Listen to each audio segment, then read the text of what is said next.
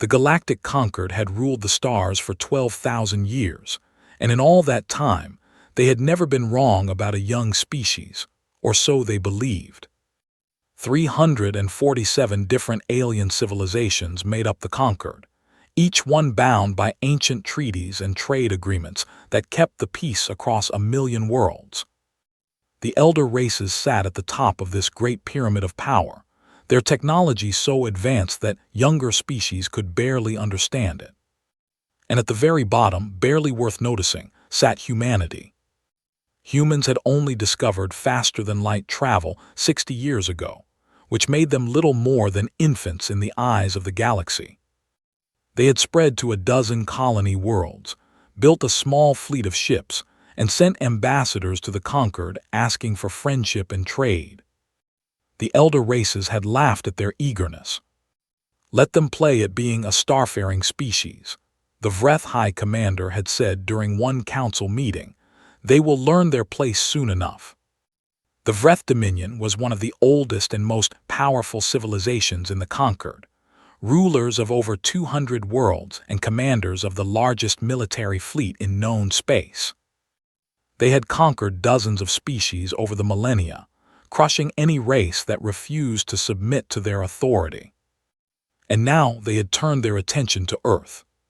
Humans breed too fast, the Vreth ambassador declared before the High Council, his 4 eyes scanning the assembled delegates with cold certainty. They expand without permission, they refuse to pay proper tribute to their betters, and worst of all, they act as if they are our equals. Several delegates nodded in agreement while others remained silent, unwilling to speak against the powerful Dominion. I propose a culling, the ambassador continued. We will reduce their population, destroy their military capability, and place them under Vreth stewardship. It is the only way to prevent them from becoming a threat. The vote passed with minimal debate, as most such votes did when the Vreth demanded something. Only a handful of younger species voted against it, and their objections were ignored. No one sent a warning to Earth. No one thought it necessary to give the humans a chance to surrender peacefully. After all, what could such a primitive species possibly do against the might of the Vreth Dominion? The attack came on a Tuesday morning, Earth time, when most of the planet was going about its ordinary business. Parents were taking their children to school, workers were commuting to their jobs, and street vendors were setting up their carts in cities across the world. No one looked up at the sky and expected death to fall from it. 300 Vreth warships emerged from slip space in perfect formation, their massive hulls blocking out the sun over 6 different continents. For a moment, there was only silence as humanity stared upward in confusion and growing fear. Then the bombardment began. New York was the first to burn, its towering skyscrapers collapsing under beams of concentrated plasma that turned steel and glass into rivers of molten fire. Beijing followed seconds later, then Mumbai, Lagos, Sao Paulo, and London. The Vreth weapons were designed for maximum devastation, and they performed exactly as intended. In the first hour alone, 18 million human beings died, men, women, and children who had never even heard of the Vreth Dominion, who had done nothing wrong except belong to a species that the galaxy had decided was too ambitious. The screams of the dying mixed with the roar of collapsing buildings, and the terrible hum of alien weapons that kept firing long after their targets had been reduced to ash. Emergency services tried to respond, but what could firefighters and paramedics do against warships from the stars? Hospitals filled with the wounded and the burned, their halls echoing with cries of pain and grief. Families searched desperately through rubble for loved ones they would never find.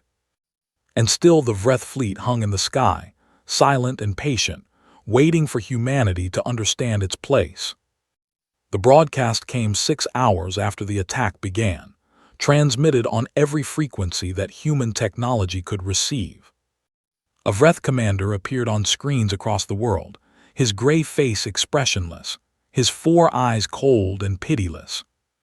"People of Earth," he said in a voice that held no emotion, "your species has been judged by the Galactic Conquered and found unfit for independent existence. You have expanded beyond your station. You have refused to show proper respect to the elder races, and you have acted as though you deserve a seat at the table of galactic civilization." He paused, letting his words sink in. "This attack is your punishment and your warning. Surrender your colonies, dismantle your fleet, and accept stewardship under the Vreth Dominion, and the killing will stop. Resist, and we will burn every city on this planet until nothing remains but glass and ash." The transmission ended, leaving humanity in stunned silence. Across the galaxy, observers from dozens of species watched their screens, waiting for the inevitable surrender. They had seen this scenario play out many times before with other young races. First came the shock, then the grief, then the desperate realization that resistance was impossible. Within days, sometimes hours, the targeted species would submit, accepting whatever terms their conquerors demanded. It was simply the way of things. The strong ruled and the weak obeyed. But as hours passed and no surrender came from Earth, some observers began to feel the first stirrings of unease. Human communication channels had gone dark, not with the silence of defeat, but with something else, something that felt almost deliberate. "They are in shock," a Vreth analyst reported to his superiors. "Their primitive minds cannot process what has happened. Give them time and they will break." His commanders accepted this explanation, because it fit their understanding of how the universe worked. They did not consider the possibility that they were wrong. They did not know that across Earth, in bunkers and command centers and hastily organized meeting rooms, humanity was not breaking. They were planning. The Vreth had made a terrible mistake, one that no species in galactic history had ever made quite so completely. They had assumed that humans would react like every other young race, with fear, with submission, with acceptance of their fate. They did not understand that humanity had spent its entire existence fighting itself, perfecting the arts of war through countless conflicts that had shaped their species into something unique. They did not understand that when humans were pushed to the edge of extinction, they did not surrender. They pushed back. And they pushed back hard. The galaxy had never seen anything like what was coming. Because the galaxy had never truly understood what humanity was capable of when united by rage and grief, and the burning need for justice. The Vreth Dominion had wanted to teach humanity a lesson. They were about to learn one instead. For 3 days after the attack, humanity went completely silent. No diplomatic transmissions left Earth, no pleas for mercy, no offers of negotiation. The Vreth fleet remained in position above the planet, their commanders growing more confident with each passing hour. "They are broken," Fleet Admiral Korath announced to his officers, his mandibles clicking with satisfaction. "Soon they will come crawling to us, begging for terms. It is always the same with young species." His officers agreed, as they always did, and the fleet settled into a comfortable routine of waiting. Across the galaxy, observers from the Conquered watched with casual interest, treating the whole affair as a minor entertainment. Some placed bets on how long humanity would hold out before surrendering. The longest estimate was 1 week. None of them understood what was happening beneath the clouds of Earth.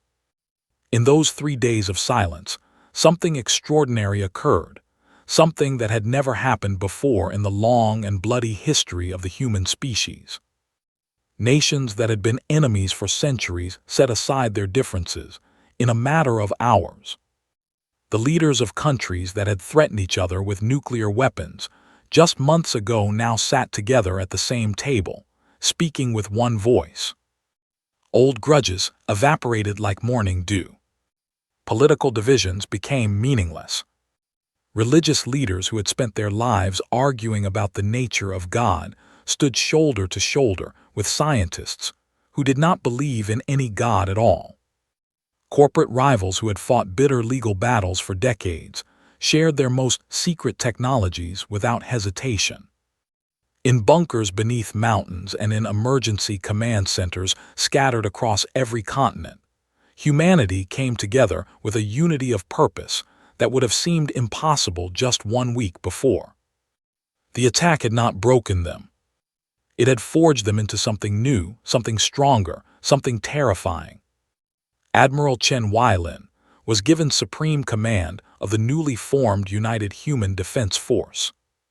She was 62 years old, a veteran of 3 conflicts, and a woman who had lost her only daughter in the Mumbai strike. When she received word of the appointment, she did not celebrate or make speeches. She simply nodded once, then asked for a complete inventory of every resource humanity possessed. "Everything," she told her staff, her voice calm but her eyes burning with cold fire. "I want to know about every ship, every weapon, every factory, every engineer, every scientist, every idea. Leave nothing out." Her staff worked without sleep, compiling data from every corner of human space. The numbers were not encouraging.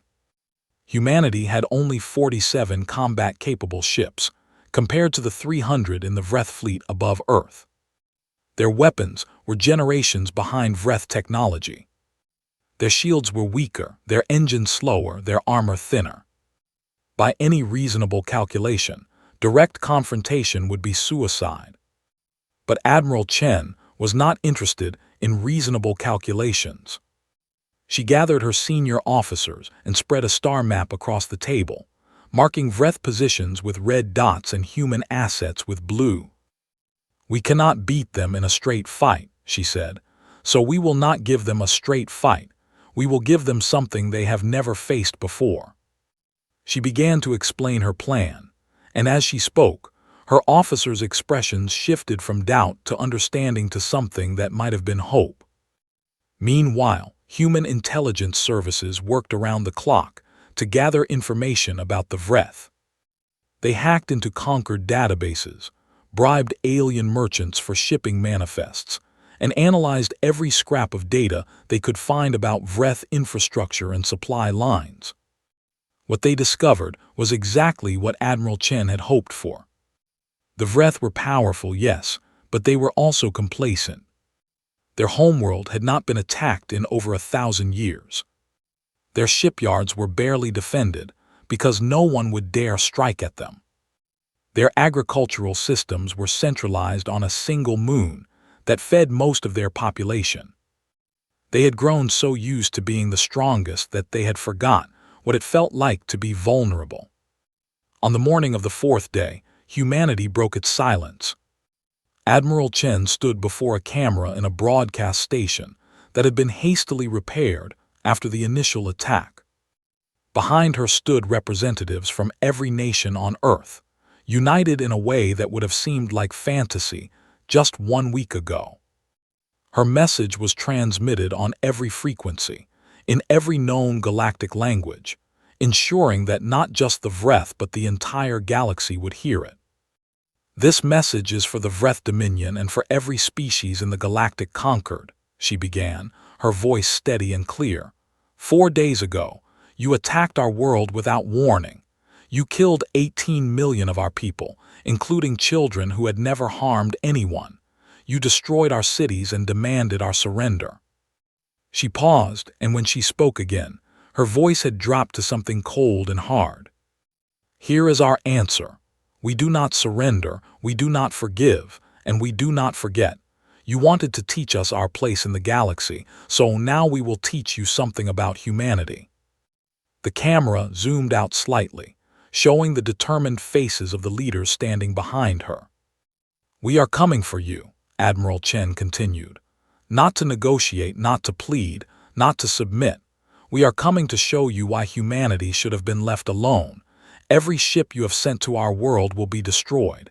Every commander who ordered the attack will face justice, and your dominion will learn what happens when you wake a sleeping species."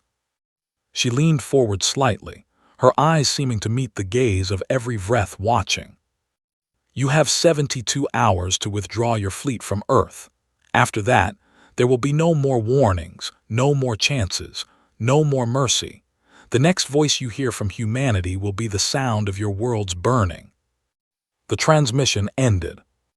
Across the galaxy, observers sat in stunned silence.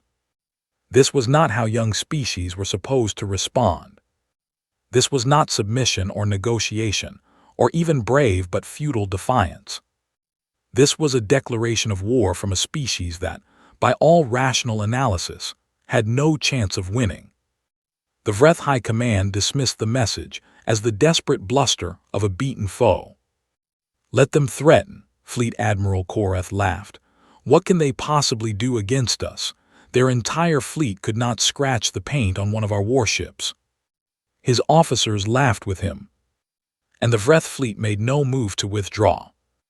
They would learn very soon how wrong they were, because humanity had spent those 3 days of silence doing more than just planning. They had been building. In hidden facilities across human space, engineers and scientists worked on designs that combined stolen alien technology with human creativity. Factories that had once made consumer goods now produced weapons of war. Ships that had been designed for exploration were refitted for combat. And 12 small vessels, each one built with technologies that the Vreth would not have thought possible for such a young species, prepared to launch on a mission that would change galactic history. The 72-hour deadline passed. The Vreth fleet did not move, and humanity kept its promise. The Vreth expected humanity to attack their fleet above Earth. It was the logical move, the predictable response of a desperate species trying to defend its homeworld. They reinforced their positions, deployed additional fighters, and prepared for the brave but doomed assault they were certain would come. They waited for 3 days after the deadline passed, growing more confused with each silent hour. "Perhaps they have reconsidered," one officer suggested. "Perhaps they realized their threats were empty." Fleet Admiral Koreth nodded slowly, his confidence returning. "Contact the surface," he ordered. "Tell them we are prepared to accept their surrender if they—" He never finished that sentence. 1,200 light-years away, on the edge of Vreth space, the first human stealth vessel dropped out of slip space above the Dominion homeworld. The ship was small, barely larger than a shuttle, built with a combination of stolen conquered cloaking technology and human engineering that made it nearly invisible to Vreth sensors. It carried no conventional weapons, no missiles or plasma cannons or kinetic projectiles. Instead, it carried a single antimatter charge, crude by galactic standards, but containing enough destructive power to level a mountain. The pilot was a young woman named Sarah Torres, who had lost her entire family in the Lagos strike. She did not hesitate as she guided her ship into the upper atmosphere of the Vreth homeworld. "For Earth," she whispered, and pressed the detonation trigger. The antimatter explosion was not designed to destroy cities or kill millions. Humanity was not interested in matching Vreth brutality. Instead, it was designed to generate an electromagnetic cascade that swept across the planet like an invisible tidal wave. Every unshielded electronic system on the Vreth homeworld died in an instant. Power grids failed, communication networks went dark, automated factories ground to a halt, and millions of vehicles crashed as their guidance systems stopped working. At the exact same moment, 11 other human vessels struck 11 other targets across Vreth space. 3 hit the Dominion's primary shipyards, where new warships were being built to replace aging vessels. The electromagnetic pulses destroyed delicate manufacturing equipment that had taken centuries to develop, equipment that could not be quickly replaced. 2 more struck military command centers, cutting the Vreth fleet off from its leadership. 1 targeted the agricultural moon that provided food for 60% of the Dominion's population, crippling the automated systems that kept billions of alien beings fed. Within the span of 30 seconds, humanity had done more damage to the Vreth Dominion than any enemy had managed in 4,000 years. The Vreth fleet above Earth received the news with disbelief that quickly turned to horror. Their homeworld was in chaos, their shipyards were destroyed, their food supply was threatened, and they were stranded in enemy space with no way to communicate with their government. How? Fleet Admiral Koreth demanded, his 4 eyes wide with shock. How did they do this? They are primitives, they cannot have this capability. But humanity was just getting started. Over the following weeks, human forces launched a campaign of asymmetric warfare that violated every rule the galaxy had established for interstellar conflict. They did not engage in grand fleet battles or honorable combat. Instead, they fought like the guerrillas and insurgents who had shaped Earth's bloodiest conflicts. Small human strike teams ambushed Vreth supply convoys, destroying cargo ships and leaving warships with nothing to eat or refuel with. Human hackers infiltrated Vreth computer systems, spreading chaos and confusion through corrupted data. Saboteurs planted explosives on refueling stations, space docks, and communication relays, destroying infrastructure that the Dominion had spent millennia building. When the Vreth fleet finally tried to withdraw from Earth, human ships hunted them through the darkness between stars. They did not fight fair. They attacked from ambush, struck at wounded vessels, and retreated before the Vreth could organize a response. It was not glorious warfare, but it was devastatingly effective. The Galactic Conquered watched in growing horror as the young species they had dismissed as primitive systematically dismantled one of the most powerful civilizations in known space. Observers sent back reports that their government struggled to believe. They fight without honor, one conquered diplomat complained to his colleagues. They strike at civilians, they target infrastructure, they refuse to meet the Vreth in open battle. This is not how war is supposed to be conducted. But humans had a different understanding of war. On Earth, there was an old saying that Admiral Chen had shared with her officers at the beginning of the campaign. In war, there is no prize for second place. Humanity had not spent thousands of years fighting itself to develop a sense of fair play. They had learned that wars were won by those willing to do whatever it took to survive. And survival was exactly what humanity was fighting for. The Vreth, for all their power and advanced technology, had never faced an enemy like this. Their military doctrine was built on the assumption that wars were fought between fleets, that victory came from superior firepower and numbers. They had no framework for understanding an enemy that refused to play by the rules. By the end of the 3rd month, the Vreth fleet above Earth had been reduced to less than 50 ships, all of them damaged, low on supplies, and cut off from home. Their crews were exhausted, demoralized, and increasingly terrified of an enemy they could not see coming. Back in Vreth space, the situation was even worse. The homeworld was struggling to recover from the electromagnetic attack, with millions of citizens facing power outages and food shortages. The colonies, seeing the Dominion weaken for the first time in living memory, began to question whether they still owed loyalty to their masters. Some declared independence, preferring to take their chances alone rather than face human retaliation. Others quietly reached out to human diplomats, offering information and assistance in exchange for protection.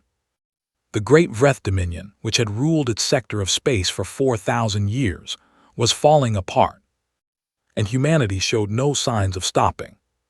When will they be satisfied? A Vreth counselor demanded during an emergency meeting. What do they want from us? We offered them stewardship, we offered them a place in our dominion, and they responded with this madness.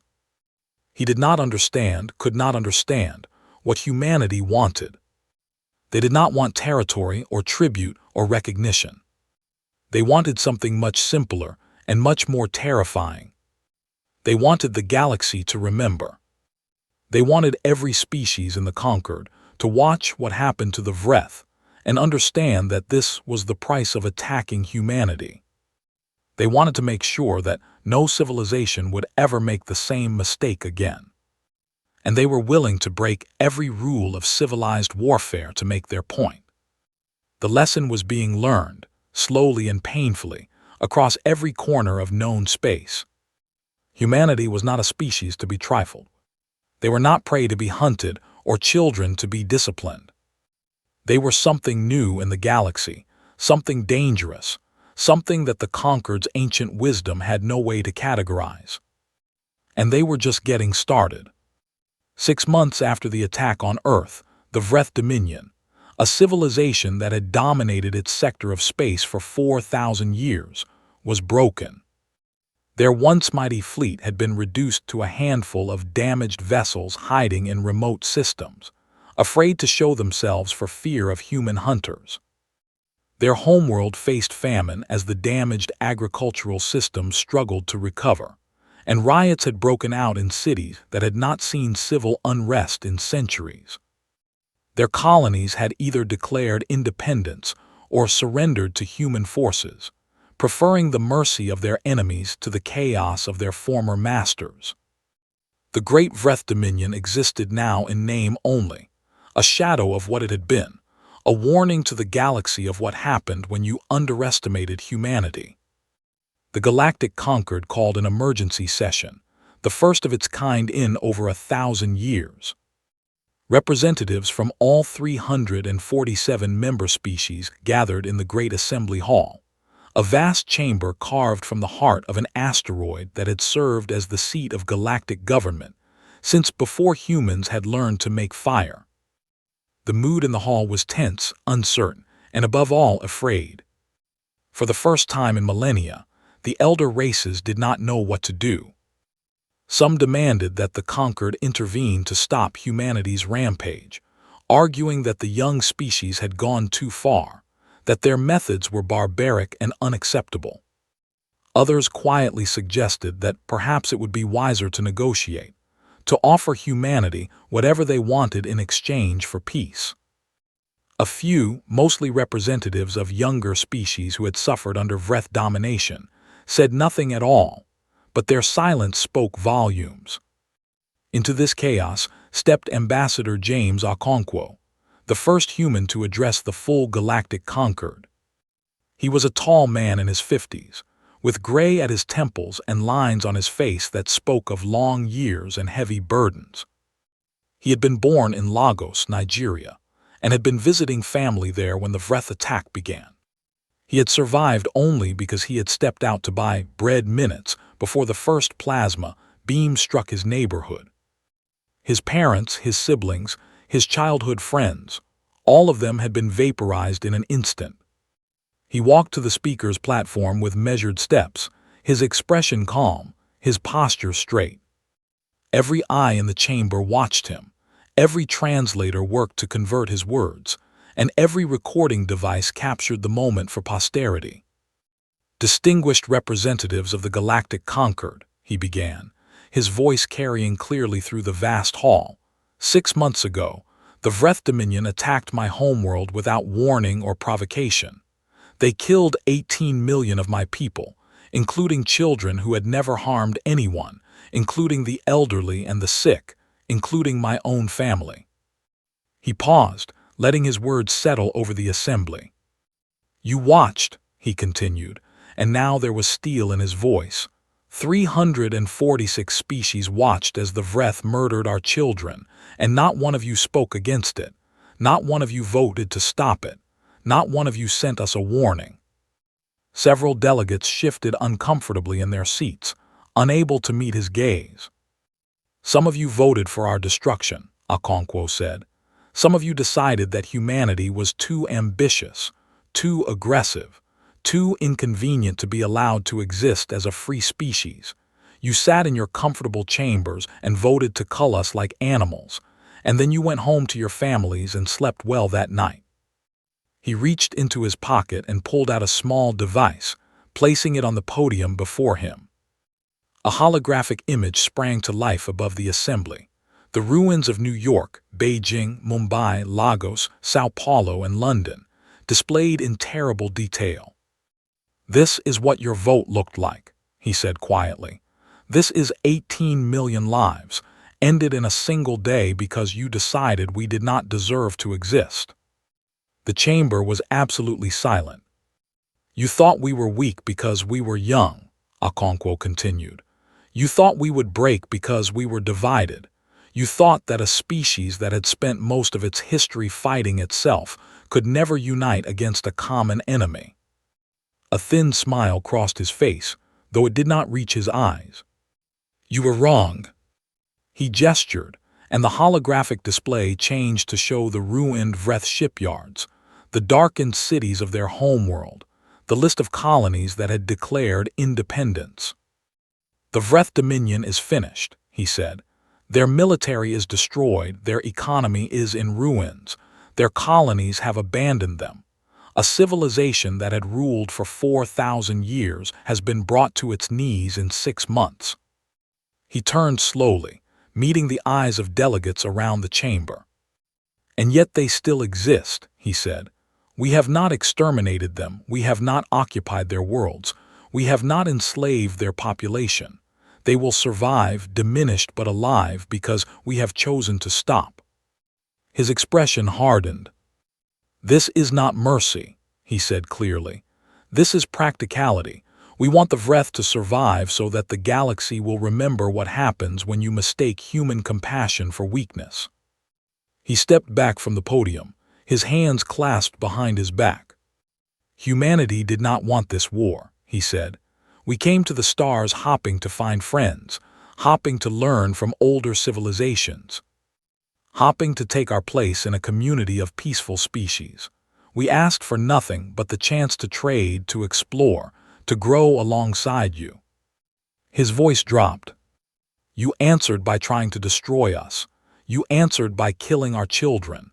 You answered by treating us as vermin to be exterminated." He shook his head slowly. "We will not forget that. We cannot forget that. But we are not monsters, and we do not wish to rule the galaxy through fear." He straightened, and when he spoke again, his voice carried the weight of an entire species speaking through him. "Humanity offers the following terms to the Galactic Conquered. First, the Vreth Dominion will pay reparations to Earth for the destruction they caused, and their leaders will stand trial for crimes against humanity. Second, the Conquered will reform its laws to ensure that no species can ever again vote to cull another. Third, humanity will be granted full and equal membership in the Conquered, with all the rights and responsibilities that entails." He paused. "In return, we will end our military campaign. We will release Vreth prisoners. We will allow the Dominion to rebuild, though never again to the strength they once possessed. And we will do our best to be good neighbors to the other species of this galaxy." His eyes swept the chamber one final time. "We would rather be your friends," he said quietly. "We would rather trade with you, explore with you, learn from you, and teach you in turn. But make no mistake about our resolve." His voice hardened into something cold and absolute. "If any species ever again attacks our worlds, threatens our people, or harms our children, we will not stop until that threat is completely and permanently eliminated. That is not a boast, it is not a warning, it is a promise, and humanity keeps its promises." He stepped back from the podium. "The choice is yours," he said. "We can be your greatest allies or your worst nightmare. Today, you decide which future you prefer." The chamber remained silent for a long moment after he finished speaking. Then slowly, one by one, the delegates began to vote. The reforms passed unanimously. Humanity had made its point.